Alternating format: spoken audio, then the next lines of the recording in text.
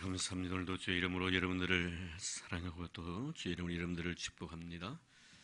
우리 찬송가 620장 2절에 보면은 주님이 뜻하신 일을 헤아리기 어렵더라도 언제나 주 뜻 안에 내가 있음을 아노라는 가사가 있습니다. 여러분들 모두가 다 주 뜻 안에 있음을 믿습니까? 나는 분명히 주님의 뜻 안에서 존재하는 자인 것입니다. 성경을 본 하나님께서는 하나님의 일을 하심에 있어서 꼭 이렇게 단독적으로 일을 하지 아니하시고 사람을 통해서 역사하시는 것을 보게 되지요. 그리고 이를 맡기시기 위한 일꾼의 선택에 있어서도 아무렇게나 하나님께서 선택하지 아니하시고 사람을 쓰시는 과정 속에 그 선택의 기준은 굉장히 치밀을 하시고 계획적이십니다. 굉장히 신중을 기하시는 분이십니다. 얼마나 주님께서는 신중을 기하셨냐 하면은 예수님의 12명의 제자를 선택하는 가운데에서 주님께서 이 선택이 전에 하나님 앞에 기도하셨다는 말씀이 기록이 되어져 있습니다. 보면 마가복음 6장 12절 13절 말씀에 보면은 이때 예수께서 기도하러 산에 올라가사 밤이 새도록 하나님께 기도하시고 밝음에 그 제자들을 부르사 그 중에 12를 택하여 사도라 칭하였으니, 기도를 하시더라도 그저 한두 시간 기도가 끝난 것이 아니라 밤이 새도록 일꾼을 부르시기 전에 주님께서 기도하시는 것을 보면서 이것이 바로 주님께서 사람을 쓰시는 스타일이구나 라는 것을 알 수가 있습니다. 이런 의미에서 바라보면 오늘 하나님께서 모세를 부르셔서 하나님의 귀한 일을 맡기시는데 이 모든 사건 역시도 같은 맥락에서 우리는 이해해야 할 것입니다. 그 세상에 있는 많은 사람들 가운데서 그저 한 사람을 생각나는 대로 그저 불러서 쓰신 것이 아니라 모세를 쓰시기 위해서 얼마나 하나님께서는 신중하고 또 신중하고 또 신중을 기하셨는가 하는 것을 알 수 있다는 것입니다. 오늘 하나님께서 모세를 선택해서 하나님의 길을 위한 일꾼으로 삼으시는 이 배경은 이러합니다. 하나님은 430년 동안 애굽의 바로왕 밑에서 고통받고 있었던 하나님의 백성을 구원하기 위해서 이미 모세를 쓰실 계획을 가지고 계셨습니다. 그리하여 40년 동안 애굽에서 고급 문화를 익히게 만드셨습니다. 그리고 이제는 때가 되면 하나님께서 40년 동안이나 몸담고 있었던 애굽을 떠나게 하십니다. 그리고 미디안이라는 광야에서 또 40년의 시간을 할애하여 그에게 마르시 배후에서 제자 수업을 시키셨습니다. 그리고 난 뒤에 모세가 80이 되고 난 뒤에야 하나님께서 그를 불러주셨던 것입니다. 먼저 하나님께서 모세를 부르실 때 너를 불른 하나님은 어떠한 분이신가 하는 것을 그에게 두 가지의 사건을 통해서 계시하십니다. 먼저는 무엇입니까? 지팡이를 통해서 모세가 가지고 있는 지팡이를 통해서 하나님이 하나님 되심을 증거하지요. 내가 가지고 있는 지팡이를 땅에 던지라고 했습니다. 그 땅에 던졌을 때 그 지팡이가 뱀이 됩니다. 다시 하나님은 그 뱀의 꼬리를 잡으라고 했습니다. 잡았을 때 그 뱀이 또다시 지팡이가 되었습니다. 그리고 두 번째 사건은 무엇입니까? 모세에게 자기의 손을 가슴에 넣으라고 했습니다. 그리고 빼보라고 했습니다. 뺐더니 그 손에 문둥병이 발했습니다. 그리고 난 뒤에 그 손을 다시 가슴에 집어넣었다가 빼라고 했을 때 그 몸이 과거처럼 깨끗해졌다고 말씀하고 있습니다.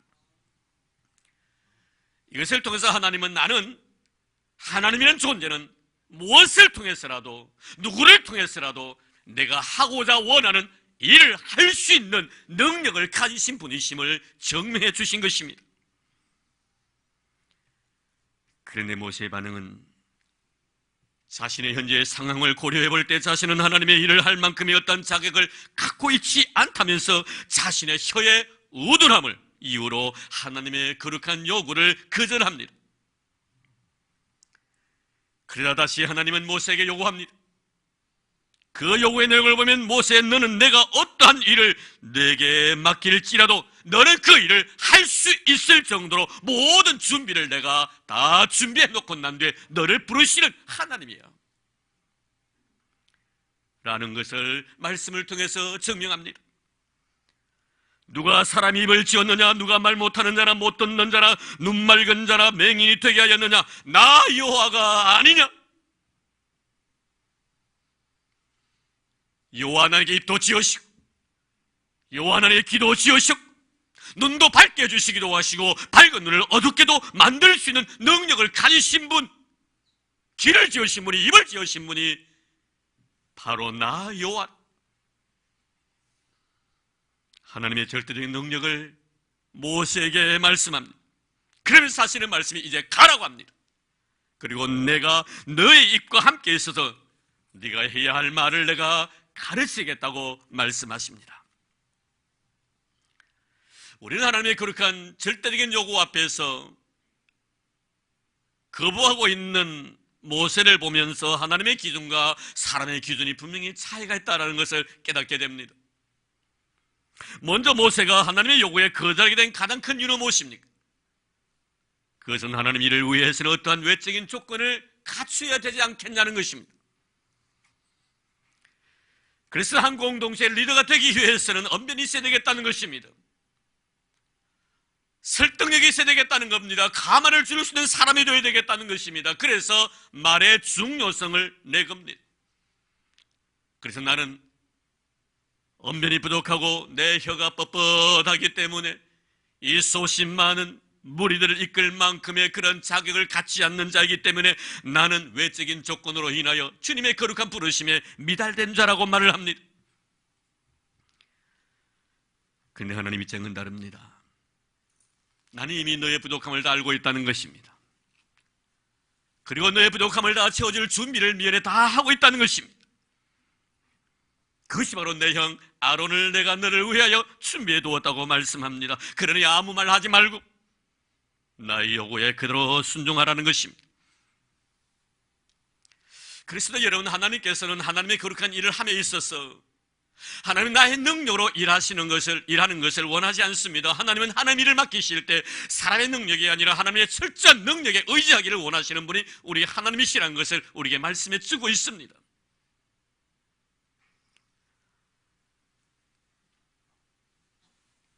사랑하는 성도 여러분, 왜 이토록 하나님께서는 언어로 했던 이 모세를 쓰시려고 이렇게 애를 쓰십니까? 말 잘하는 아론을 쓰시면은 편하실 터인데 왜 이토록 하나님께서는 모세를 쓰시고자 원하셨던 그 이유가 무엇이었던가? 하나님의 거룩한 일에 외적인 조건을 전혀 구비하지 못했던 이 모세를 왜 이토록 주님께서는 원하고 계셨던가? 여기는 분명히 하나님의 선명한 기준이 있었기 때문입니다. 전병훈 목사가 쓴 책 하나님의 사람의 선명한 기준이라는 책이 있습니다. 이 책 속에 보면은 하나님께서 하나님 일꾼을 쓰실 때 그 선명한 기준은 속 사람이 변화된 자를 쓰신다라고 말씀하고 있습니다. 누구를 쓰시는가? 속 사람이 변화된 자입니다.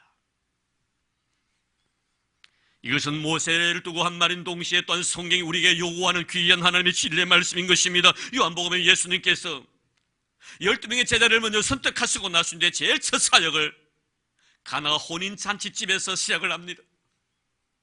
물로서 포도주를 만드십니다. 이것은 변화를 의미하는 것입니다. 물이 포도주가 되었다는 것은 바로 질적인 변화를 의미하는 것입니다.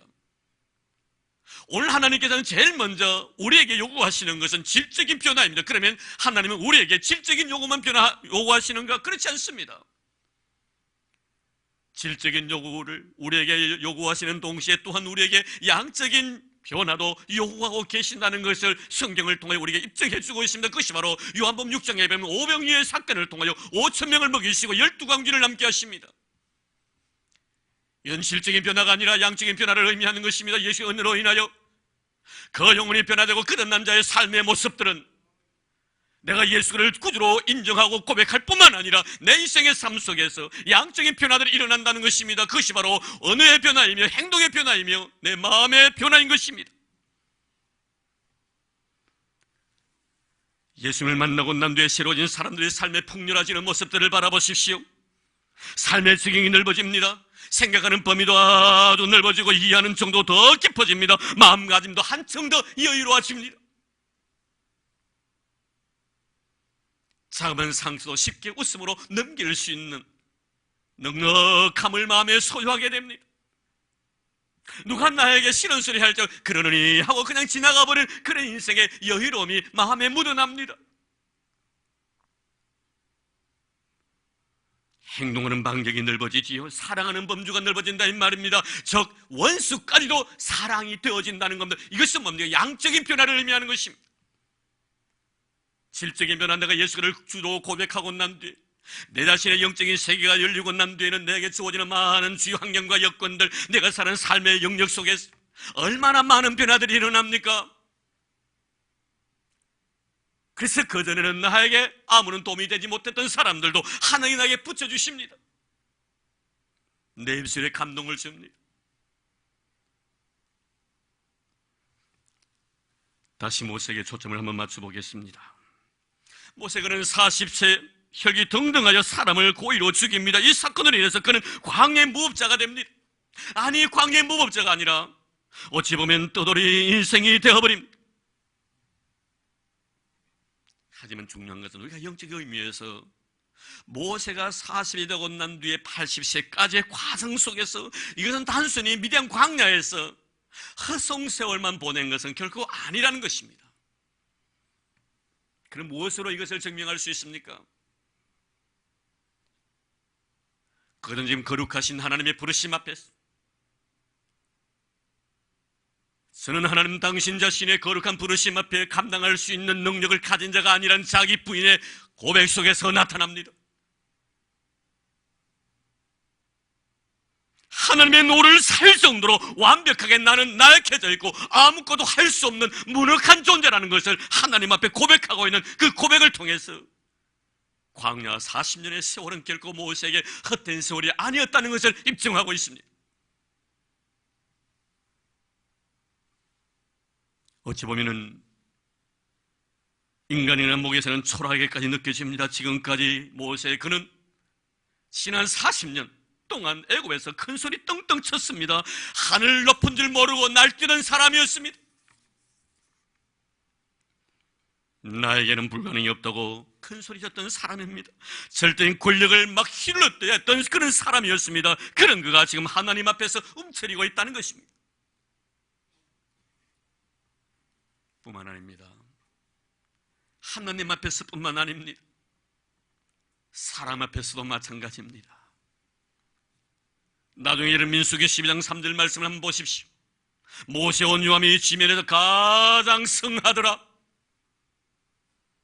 형나론의 비방에 너의 미리맘의 잔술에도 침묵할 수 있는 그런 힘을 가졌던 모세였습니다. 이미 민수기 12장에 갔어서는 그 전에 이미 그는 하나님을 알려는 사람입니다. 하나님의 대언자입니다. 아론에게 뭐라고 말합니까? 너는 아론에게 하나님과 같은 존재가 될 것이다. 이미 모세를 통하여 놀라운 기적을 이루시고 난 뒤였습니다. 그럼에도 불구하고 모세는 형의 비방에 그의 누이 미리암 잔소리에 말없이 침묵하면서 그것을 받아들일 수 있는 넉넉함과 여유로움을 보여주고 있습니다. 이것이 바로 여러분 모세가 얼마나 하나님 앞에서 뿐만 아니라 사람 앞에서까지 자기 자신을 낮추고 있는 강력한 영적 에너지를 우리는 모세의 삶을 통하여 경험하게 되는 것입니다. 하나님의 요구 앞에 감히 따를 수 없다고 할 말 정도의 겸손함, 형제의 비난 속에서도 침묵으로 일관했던 온유함은 그 내면의 변화를 한눈에 볼 수 있는 그런 대목인 것입니다. 이것은 바로 그가 광야를 경험했기 때문입니다. 쓰라린 찬바람을 맞아본 결과입니다. 모래바람을 통해서 고통을 느껴본 결과인 것입니다. 외로움 속에 차디찬 밤을 눈물로 지새웠던 그런 경험이 있기 때문입니다. 모든 것을 할 수 있다고 생각이 되어도 이제는 아무것도 할 수 없다는 자괴감에 빠진 그런 경험을 해본 결과입니다.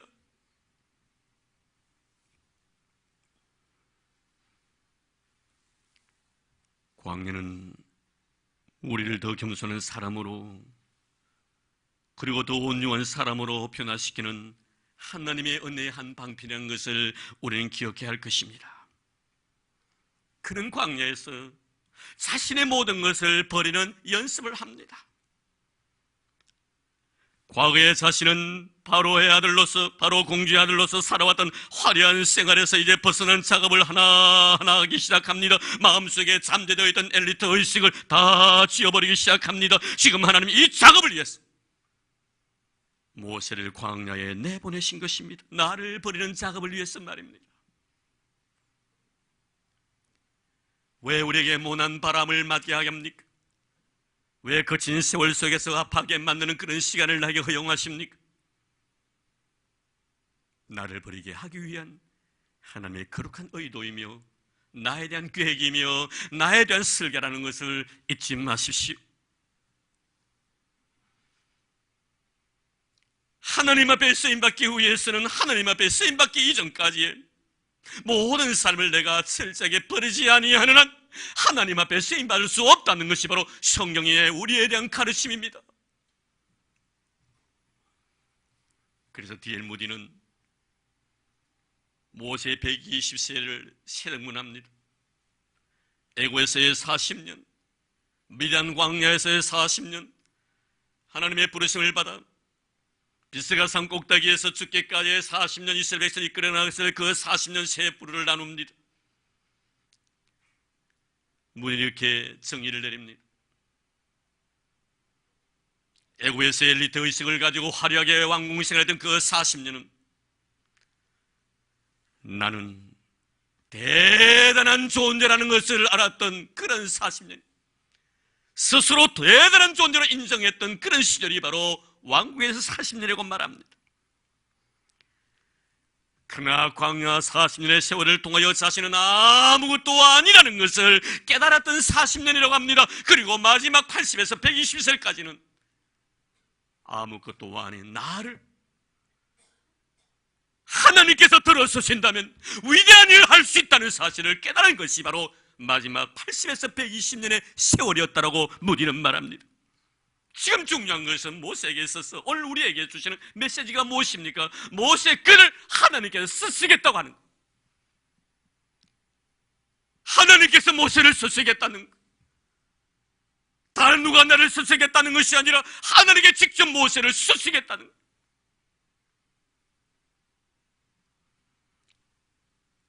사는 성도 여러분, 은사보다 더 중요한 것이, 능력보다 더 중요한 것이 내가 하나님 앞에 쓰임을 받고 있다는 이 사실인 줄 믿습니다. 다윗 그의 생에 가장 소중하게 여겼던 것이 무엇입니까? 세상인 권력도 아닙니다. 왕의 자리도 아닙니다. 부귀영화도 아닙니다. 그가 일평생을 살면서 가장 소중하게 여겼던 것은 하나님께 내 머리 위에 기름 부으셔서 내가 하나님 앞에 쓰임받고 있다는 이 사실이었습니다. 그래서 그가 사울을 미워할 수가 없었습니다. 그래서 그는 끝까지 사울을 사랑합니다. 그리고 그를 소중히 여깁니다. 왜 그랬습니까? 내가 하나님 앞에 쓰임받고 있다는 사실을 그는 알았기 때문에, 내가 하나님 앞에 귀하게 쓰임받고 있다는 사실을 아는 자는 너 역시 하나님 앞에 쓰임받고 있다는 것을 인정합니다. 그래서 다윗은 사울의 옷자락에 손을 댄 사건을 통해서 얼마나 괴로워하며 하나님 앞에 눈물 흘리며 회개합니까?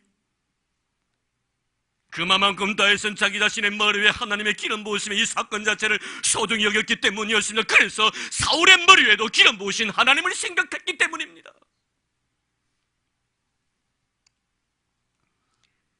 이런 진리를 다윗이 깨달은 건 역시 단순히 하나님께로부터 기름 부음 받은 그 사건만을 두고 하는 말이 아닙니다. 그가 기름 붓고 난 뒤에 광야를 경험했기 때문입니다. 찬바람을 맞아보았기 때문입니다.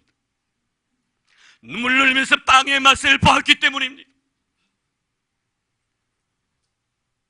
그래서 하나님은 우리가 광활한 대지를 홀로 길을 걸을 때도 아무 말씀하지 아니하시고 우리를 지켜보시기도 하시고 노도강풍이 몰아치는 바다를 항해할 때도 곁에서 주무시는 것처럼 침묵하시기도 하십니다. 때로 험산줄령을 넘을 때도 아무런 액션을 취하지 아니하시는 또 조용히 바라보시고 계시는 이유가 무엇입니까? 바로 그것은 나의 속 사람을 변화시키기 위함이란 것을 잊지 마시기를 바랍니다. 오늘도 하나님은 우리 교회와 우리 성도들을 통하여 위대한 역사를 이루어 나가시기를 원하고 계신다는 것을 잊지 마십시오. 그래서 여러분은 역사의 주역인 것입니다. 누구를 통해서 일하십니까? 속 사람이 변화된 자를 통해 하나님 일에 나가신다는 것을 잊지 마시기를 바랍니다. 하나님 앞에서 자신의 부족함을 인정하는 겸손함과 사람 앞에서 누구에게나 따스한 마음으로 다가가는 온유한 마음을 가진 이런 사람을 하나님 원하시고 계신다는 것을 기억하십시오. 그러고 난 뒤에 이런 자를 부르셔서 성령께서 기름 부어주셔서 하나님 위대한 일을 하게 하신 겸손 위에 성령의 기름이 부으심이 있어야 합니다. 온유함 속에 성령의 역사가 있어야 하는 것입니다. 성령이 그 속에 역사하지 아니하면 겸손은 위선이 될 수가 있습니다. 온유함은 가식이 될 수 있다 이 말이에요. 그러므로 사는 성도 여러분, 성령께서 여러분의 마음을 움직이도록 여러분의 전 인격을 성령께 의탁하십시오. 성령께서 그분의 의지대로, 그분의 뜻대로 나를 좌지우지하도록 내 자신을 성령께 완전히 맡겨버리십시오. 바울의 고백대로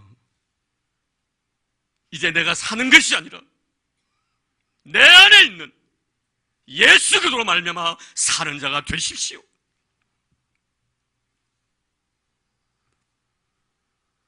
그러면 결국 여러분은 하나님이 여러분을 통해 일하시고자 원하시는 성령의 놀라운 능력과 역사를 제한시키지 아니할 것입니다.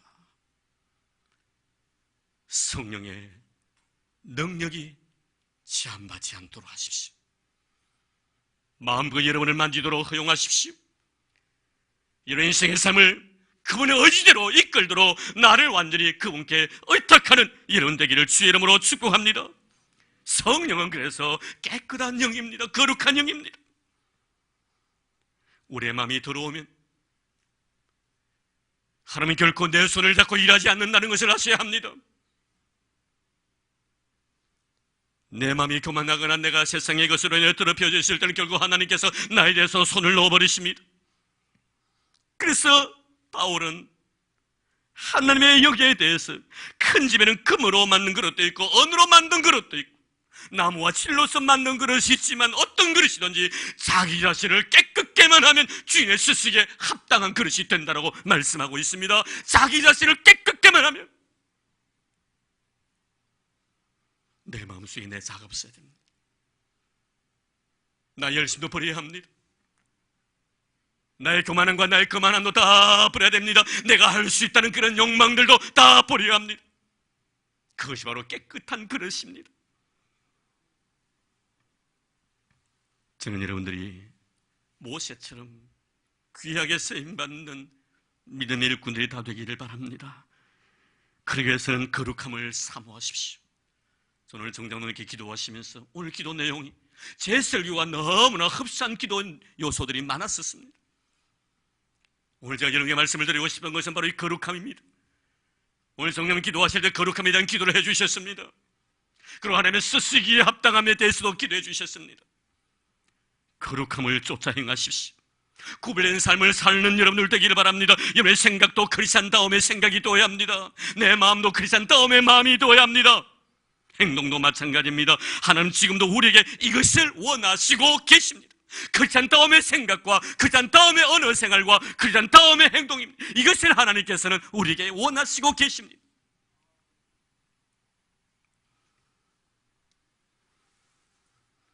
하나님은 하나님과 손을 잡고 일할 그런 일꾼을 지금도 찾으십니다.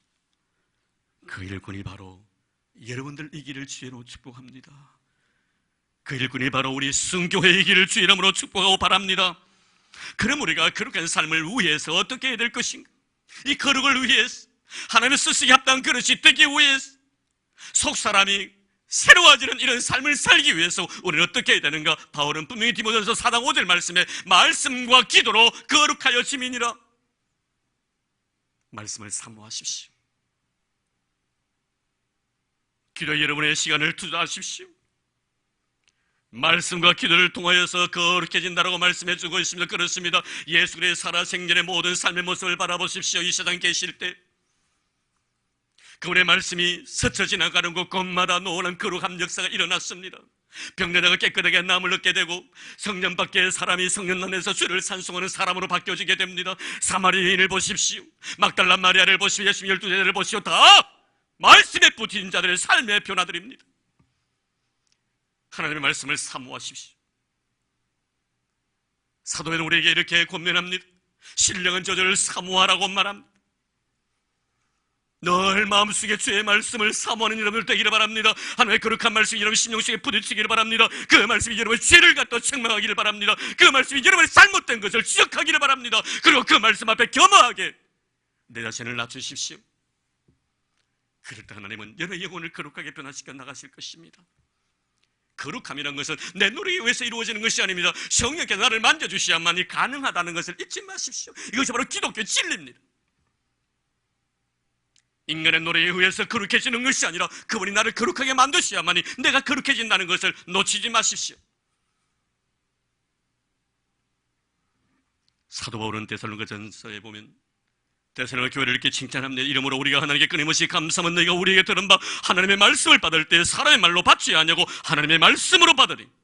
진실로 그러하다 이 말씀이 또한 너희 믿는 자 가운데 역사하느니라. 말씀이 여러분 심령을 만지기를 원하신다면 사람의 말로 받아들이지 않고 하나님의 말씀으로 받아들일 때 그 말씀이 너희들 가운데 살아 역사하느니라. 할렐루야. 이런 역사가 있기를 주의 이름으로 축복합니다.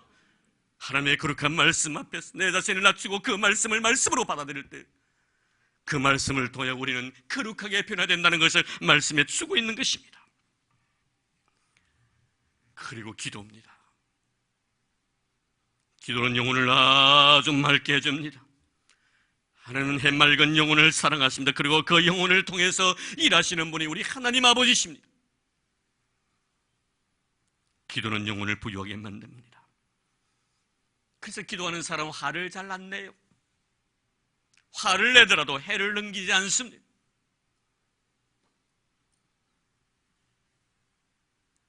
기도하는 자들은 모든 문제를 다 하나님과의 관계에서 해결을 합니다. 그래서 기도하는 사람은 너가 밉지 않습니다. 그래서 기도하는 자는 모든 사람들과 평화합니다. 기도하는 자는 겸손해집니다. 기도하는 자는 온유한 사람이 되어집니다. 왜 힘내게 우리 주님께서는 기도하는 분이셨기 때문입니다. 주님은 이렇게 말씀하십니다. 나는 마음이 온유하고 겸손하니. 기도하는 자는 마음이 온유하고 기도하는 자는 마음이 겸손합니다. 주님은 이런 자, 기도하는 자를 통해서 하나님의 놀라운 능력을 보여주시기를 원하고 계십니다. 하나님이 일하시면서 가장 즐거움이 무엇입니까? 기도하는 자와 손을 잡고 일하시는 것이 하나님의 가장 큰 즐거움입니다. 그것은 기도하는 자는 자신을 드러내지 아니하고 오직 주님만을 드러내기 때문에 그런 거예요. 주님은 그것을 알고 계셨습니다. 기도하는 자는 자신을 드러내지 않냐고 하나님만 드러내기 때문에 하나님은 그 사람과 손잡고 일하시기를 원하십니다. 하나님은 철저하게 하나님의 영광을 도둑질하는 자를 용납하지 않는다는 것을 잊지 마십시오. 이제 우리는 말씀에 대한 결론을 내려야 할 것입니다. 하나님은 거룩함을 사모하는 자를 통해서 일하신다고 했는데 그 거룩해진다는 것은 무엇을 의미하는 것인가를 우리는 알아야 할 것입니다. 성경은 우리를 향하여 질그릇이라고 했습니다. 여러분, 거룩함이 무엇입니까? 성화가 무엇이냐 이 말이에요. 내가 희한 야릇한 사람으로 바뀌는 것이 성화가 아닙니다. 인간의 길을 거부하는 것이 성화가 아닙니다. 천사처럼 되어지는 것이 성화가 아닙니다. 성화라는 것은 내가 질그릇이라는 사실을 깨닫는 것이 성화입니다. 우리 박성화 강도님 오셨습니다. 제가 뒤에 오늘도 오셨는데 성화입니다. 이름이. 성화는 내가 다른 어떤 모습으로 변화되는 것이 아니라 원래 내 자신의 모습을 찾아가는, 내가 질그릇이라는 사실을 깨닫는. 그래서 이런 사람은 어떻습니까? 고쳐야 할 것이 항상 많고 버려야 할 것이 많고 깨어져야 될 부분들이 너무너무나 많고 부숴야 될 것이 어느 누구보다도 많다고 생각되어지는 사람, 이 사람 바로 질그릇이고, 이런 사람이 바로 거룩함을 이루어 나가는 사람이며, 이런 사람을 성화라고 말을 합니다. 하나님은 모세에게 하나님의 거룩한 일을 맡기셨습니다. 모세는 못한다고 말합니다. 그런 모세가 하나님은 너무나 좋았습니다. 하나님이 나에게 어떤 일을 맡기셨을 때 하나님, 나는 할 만큼의 자격이 없습니다 라고 말하는 그런 사람이 너무 좋았습니다. 하나님 이런 사람과 함께 일하기를 원하시고 계신다는 것이 오늘 성경의 가르치심입니다. 그만하지도 않습니다.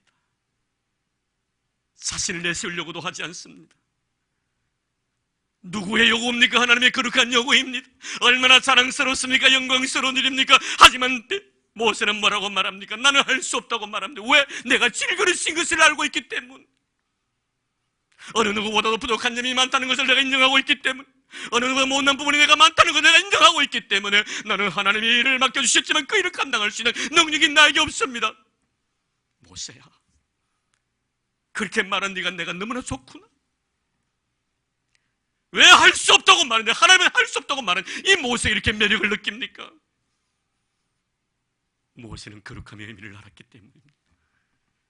성화가 무엇인가를 알았기 때문입니다. 그의 광야의 삶을 통하여 이 귀한 진리를 깨닫기 때문에. 사랑하는 성도 여러분, 오늘 하나님은 여러분들이 거룩해지기를 원하고 있습니다. 내가 거룩하니 너희도 거룩하라고 명하십니다. 인간의 거룩함이 무엇입니까? 하나님처럼 되어지는 것이 아닙니다. 인간의 거룩함이라는 것이 뭘 의미하는 것입니까? 내가 내 자신의 본래 모습으로 돌아가는 것입니다. 내가 나의 간존을 인정하는 것입니다. 내가 질그릇이라는 사실을 인정하는 것입니다. 이럴 때 하나님께서 나를 거룩한 자라고 인정해 주시는 거예요. 거룩함이란 것은 남이 나를 거룩하게 인정한다고 해서 거룩함이 아닙니다. 하나님이 나를 향하여 너는 정말 거룩한 자야, 구별된 자야, 하나님의 사람이야 라고 인정해 줘야만이 내가 거룩한 자가 된다는 사실을 잊지 마십시오. 주여 보내실 만한 자를 보내달라고 했을 때 하나님은 그렇게 말하는 너를 내가 보내겠다고 말씀합니다.